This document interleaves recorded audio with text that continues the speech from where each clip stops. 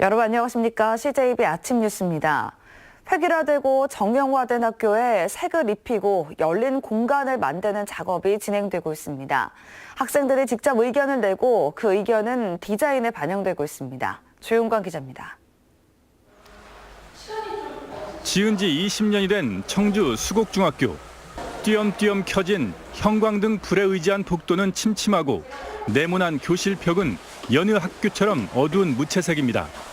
이렇게 고정적인 이미지의 학교의 모습에서 벗어나자는 프로젝트가 시작됐습니다. 복도에 쉼터를 만들고 짜투리 공간은 토론과 동아리 활동 공간으로 바뀌었습니다.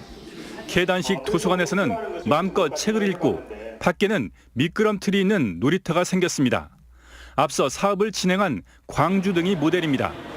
도내 7개 학교에서는 학생들의 의견을 듣기 위한 디자인 공모가 한창입니다. 건축 전문가와의 협의를 거쳐 곧 도면도 선보일 예정입니다. 한지나 이런 걸로 해주고 여기도 나뭇잎으로 꾸며주거나 이런 선풍기를 부채처럼 보이게 만들어가지고 자연 친화적인 것처럼. 지금 현관이 좀 어둡고 좁고 되게 단조롭거든요. 그래서 그곳을 좀 밝고 환하고 학생들이 좀 친구들 기다리면서 쉴 수도 있고. 공간 재구조화 작업과 함께 일선학교에선 벽에 다양한 색깔을 입히는 사업도 진행되고 있습니다. 어떤 사무실 공간 아니면 다른 공간들하고 특별히 구분되지 않았습니다. 심리적으로 좀 이렇게 위축되고 자유로운 사고를 할 수 있는 게 좀 제약받는다는. 단조롭고 획일화된 학교에 학생들의 감성과 개성을 입히는 열린 공간화 프로젝트가 충북에서도 시동을 걸었습니다. CJB 뉴스 조윤광입니다. 자치단체마다 대규모 사업비가 투입되는 복지 정책을 쏟아내고 있는데요. 충주시가 재능 기부를 통한 기발한 아이디어 복지로 주민들의 큰 호응을 얻고 있습니다. 장원석 기자가 취재했습니다. 박기순 할머니는 사물이 2개로 보이는 복시 현상으로 일상생활조차 힘들었습니다. 눈꺼풀이 늘어져 생기는 노인성 안검 하수증 때문입니다. 하지만 충주시 보건소가 무료로 실시하는 눈꺼풀 복원 수술을 받으면서 시야가 또렷해졌습니다. 가서 보면 이렇게 다 알아서 해준다고 그러더라고요. 그래가지고 진짜 이거 하니까 너무 좋아. 충주시는 전국 최초로 65세 이상 저소득층 노인들을 대상으로 눈꺼풀 복원 사업을 실시하고 있습니다.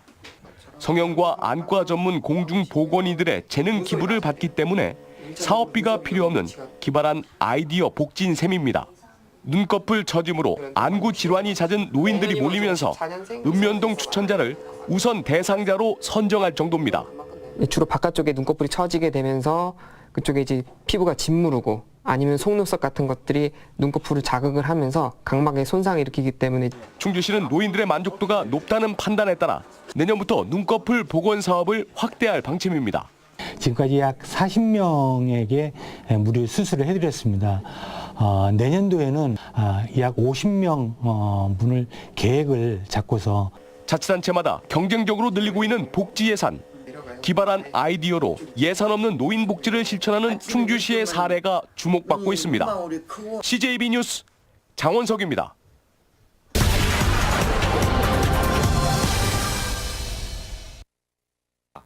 차량 앞부분이 형태를 알아볼 수 없을 정도로 심하게 찌그러졌고 구겨진 차량 윗부분이 사고 당시 충격을 그대로 보여줍니다. 앞바퀴는 사라졌고 유리창은 모두 박살이 났습니다. 현장은 폭격을 맞은 듯 부서진 파편과 탑승자들의 물건이 어지럽게 나뒹 겁니다. 앞에서 보신 이 두 사고는 지난해 청주에서 발생한 교통사고입니다. 단 2건의 사고로 모두 9명이 크게 다쳤습니다. 도로교통공단이 전국 시군별로 교통사고 건수와 사상자 수를 반영한 교통사고 심각도인 교통안전지수를 발표했습니다. 청주의 최종 합계 점수는 61.24점. 전국 30만 이상 시 29개 중에서 29위, 꼴찌를 기록하면서 최하위에 머물렀습니다. 분야별로는 자전거와 이륜차, 도로환경 등이 가장 낮은 등급인 2등급을 받았고 사업용 자동차와 보행자는 불과 한 단계 높은 D등급에 그쳤습니다. 세부적으로 살펴보면 가장 낮은 점수를 받은 도로환경은 50점에도 미치지 못했는데 교차로 사고가 가장 취약했습니다. 다시 말해 청주에 있는 교차로가 운전자의 시야를 가린다거나 운전에 방해가 되는 요소가 그만큼 많다는 얘기입니다. D등급을 받은 보행자의 경우 횡단 중 발생한 사고가 특히 많았는데 정지선 지키기 캠페인에도 선을 넘어서 정지하는 차량이 끊이질 않고 무단 횡단 역시 근절되지 않고 있다는 겁니다. 이렇다 보니 교통사고 발생 건수는 무려 4,700여 건이었고 부상자 수도 7,000명을 넘었습니다. 도시 규모가 비슷한 전북 전주에 비해서도 발생 건수와 부상자가 2배 가까이 많은 것으로 나타났습니다. 10만 명당 교통사고 발생 건수도 557건으로 200여 건 가까이 차이가 났습니다. 교통안전지수 최하위라는 오명을 벗기 위해서는 성숙된 시민의식과 함께 도로교통 계획 단계부터 시민안전을 위한 철저한 조사와 실행이 무엇보다 중요합니다. 뉴스인 뉴스였습니다. 다음 소식입니다. 충북 지역 개발을 위해 앞으로 10년간 9,500억 원이 넘는 사업비가 투입될 예정입니다. 국토교통부는 충북 지역 거점 육성 내용을 담은 거점 육성형 지역개발 계획을 최종 승인 발표했습니다. 이 계획에는 오송화장품 산업단지와 같은 신성장 동력 산업의 육성과 미래 유망산업 인프라 구축 등 모두 14건의 사업 내용이 담겼습니다. 국토부는 이를 통해 지역경제 활성화는 물론 지역 간 연계 개발로 인한 시너지 효과를 낼 것으로 기대하고 있습니다. 충청북도가 행정안전부의 지방재정 확대 자치단체 평가에서 우수평가를 받았습니다. 전국 243개 지자체를 대상으로 한 이번 평가에서 충북은 신속한 추가 경정 예산 편성으로 일자리 확대 등 지역 경제를 활성화하고 재정 운영의 효율을 높였다는 평가를 받았습니다. 도는 이번 평가에 따라 행안부로부터 특별교부세 2억 원을 받게 됩니다.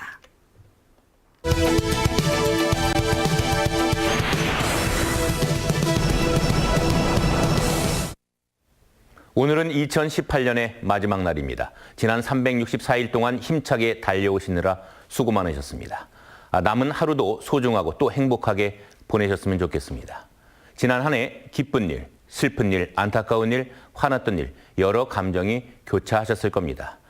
하지만 올해 잘 살아내고 견뎌냈다는 대견함을 시청자 여러분 스스로에게 해주시길 바랍니다.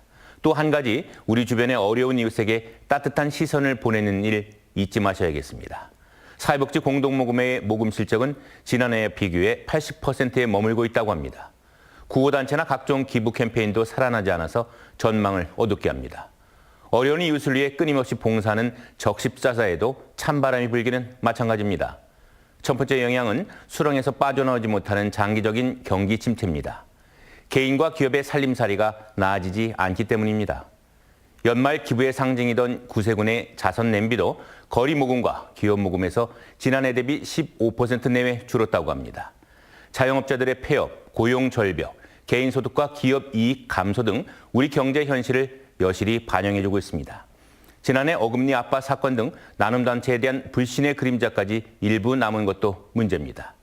여럿이 조금씩 힘을 합하면 삶의 기반이 흔들리는 한 사람을 돕기 쉽다는 십시일반의 정신이 퇴색하고 있습니다. 전체의 절반을 차지하던 기업 기부금뿐만 아니라 공기업 참여도 저조합니다. 하지만 어렵다고 사회적 돌봄이 필요한 소외계층을 방치할 수는 없는 노릇입니다. 나눔 실천에 동참해서 이웃사랑의 온정을 나눠야 할 때입니다. 해마다 같은 장소에 말없이 현물이나 돈봉투를 놓고 가는 기부천사들이 여전합니다. 분명 그 액수나 현물을 볼 때 쓰고 남아서 기부하는 것이 아니면 미루어 짐작할 수가 있습니다. 어떤 독재가는 매일 한 줌의 쌀을 덜어내 1년을 모아 이웃에게 기부하기도 합니다. 거창한 기부가 아니라도 나눔이 일상이 되는 이런 정신들이 우리 사회에 필요한 것입니다. 새해 첫날은 기부와 나눔으로 한 해를 시작하는 게 어떠실런지요. 나누면 줄어드는 게 아니라 사랑과 희망이 더 커진다는 얘기가 요즘처럼 가슴속을 울리는 때는 없는 것 같습니다. 데스크 논평입니다. 도내 대학생과 대학원생들의 취업률이 전국 평균보다 낮은 것으로 나타났습니다. 교육부 등이 조사한 2017년 고등교육기관 취업자 통계에 따르면 충북의 고등교육기관 평균 취업률은 64.4%로 전국 평균 66.2%보다 1.8%포인트 낮은 것으로 조사됐습니다. 이는 전국 17개 시도 가운데 전북과 경남, 부산에 이어 네 번째로 낮은 수치입니다. 보은군과 보은군 농어촌버스 운송업체가 내년도 단일요금제 시행에 합의했습니다. 이번 협약으로 군은 단일요금제 시행에 따른 손실보정금 4억여 원을 업체에 지급할 계획입니다. 한편 청주 시내버스 운송업체들은 최근 청주시 의회의 손실보정금 등 보조금 삭감을 이유로 단일요금제와 무료환승제 파기를 경고했습니다. 국가보훈처와 전쟁기념관에 충북 출신인 의암 손병희 선생과 연재근 육군 상사를 각각 2019년 이달의 독립운동가와 호국 인물로 선정했습니다. 일제시대 민족대표 33인 가운데 한 명인 손병희 선생은 충북 출신으론 유일하게 대한민국장을 수여받았습니다. 증평 출신인 연재근 상사는 6.25 전쟁 당시 낙동강 방어작전의 특공대 선봉에서 적 진지를 제압하는 등 혁혁한 공을 세운 호국 영웅입니다. 어젯밤 11시 15분쯤 청주시 복대동 복대 가경시장의 한 점포에서 불이 나 소방서 추산 490여만 원의 재산 피해가 났습니다. 이 화재로 옥상으로 대피해 있던 6명이 구조됐습니다. 경찰과 소방당국은 점포 창고 쪽에서 불이 시작됐다는 목격자들의 진술을 토대로 화재 원인을 조사하고 있습니다. 끝으로 날씨입니다. 충북 전 지역에 한파특보가 발효 중인 가운데 도내 저녁의 아침 기온이 영하 10도를 밑도는 강추위가 이어지고 있습니다. 지역별 현재 기온은 제천 영하 17도, 보은 영하 15도, 청주 영하 10도의 분포를 보이고 있습니다. 낮 최고 기온은 청주 2도, 충주 1도 등 1도에서 2도의 분포로 어제보다 조금 높겠습니다. 당분간 대체로 맑은 날씨가 계속되겠고 내일부터는 바람이 약간 강하게 불겠습니다. 이상으로 CJB 아침 뉴스를 마칩니다. 고맙습니다.